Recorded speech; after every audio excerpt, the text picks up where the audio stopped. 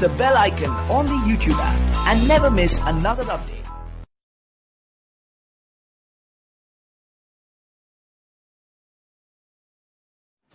نحمده ونسلم ونصلي على رسوله الكريم أما بعد فأعوذ بالله من الشيطان الرجيم بسم الله الرحمن الرحیم۔ رمضان المبارک اور قرآن پاک کی تلاوت۔ اس ماہ مبارک میں رسول اللہ صلی اللہ علیہ وسلم پر نزول قرآن کا آغاز ہوا۔ ہر سال حضرت جبرائیل علیہ السلام آپ صلی اللہ علیہ وسلم کی خدمت میں حاضر ہوتے اور قرآن مجید کے ایک ختم کا آپ صلی اللہ علیہ وسلم سے مذاکرہ کرتے۔ جس سال وفات ہوئی، اس سال آپ صلی اللہ علیہ وسلم نے حضرت جبرائیل علیہ السلام کے ساتھ قرآن مجید کے 2 دور فرمائے۔ اس سے معلوم ہوا کہ اس ماہ کو قرآن مجید سے ایک خاص نسبت ہے۔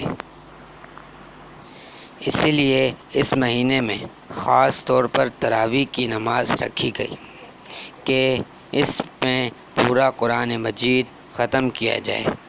تہجد میں بھی زیادہ طویل قیام اور اسی نسبت سے قرأت کا معمول مبارک تھا۔ اسی لیے سلف صالحین کے یہاں اس ماہ میں قرآن مجید کی تلاوت کا بھی خاص اہتمام رہا ہے۔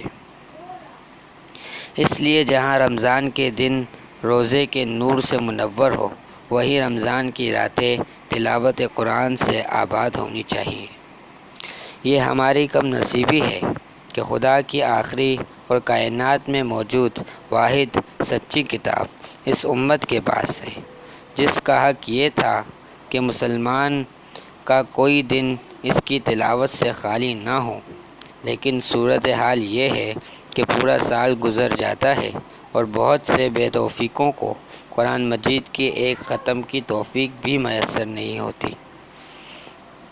اسی لیے یوں تو پورے سال تلاوت قرآن کا اہتمام کرنا چاہیے، لیکن اگر یہ نہ ہو سکے تو کم سے کم رمضان کو تو ضائع نہ ہونے دیا جائے۔ عام طور پر 20 منٹ میں ایک پارہ مکمل ہو جاتا ہے۔ اگر روزانہ صرف 1 گھنٹہ تلاوت کا وقت رکھا جائے تو بآسانی ہر 10 دن میں ایک ختم ہو سکتا ہے۔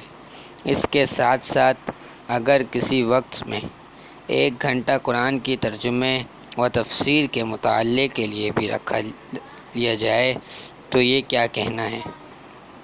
ہونا تو یہ چاہیے کہ سال بھر ترجمہ و تفسیر کے مطالعے کا اہتمام ہو، لیکن اگر یہ نہ ہو سکے تو کم سے کم رمضان میں کسی ایک بڑی صورت یا منتخب صورتوں ہی کا مطالعہ کر لیا جائے، تاکہ بندہ یہ جان سکے کہ اس کا اللہ اس سے کیا کہہ رہا ہے۔ یہ کیسی محرومی ہے کہ ہمارا خدا ہم سے مخاطب ہو اور ہم اس کی طرف متوجہ نہ ہو۔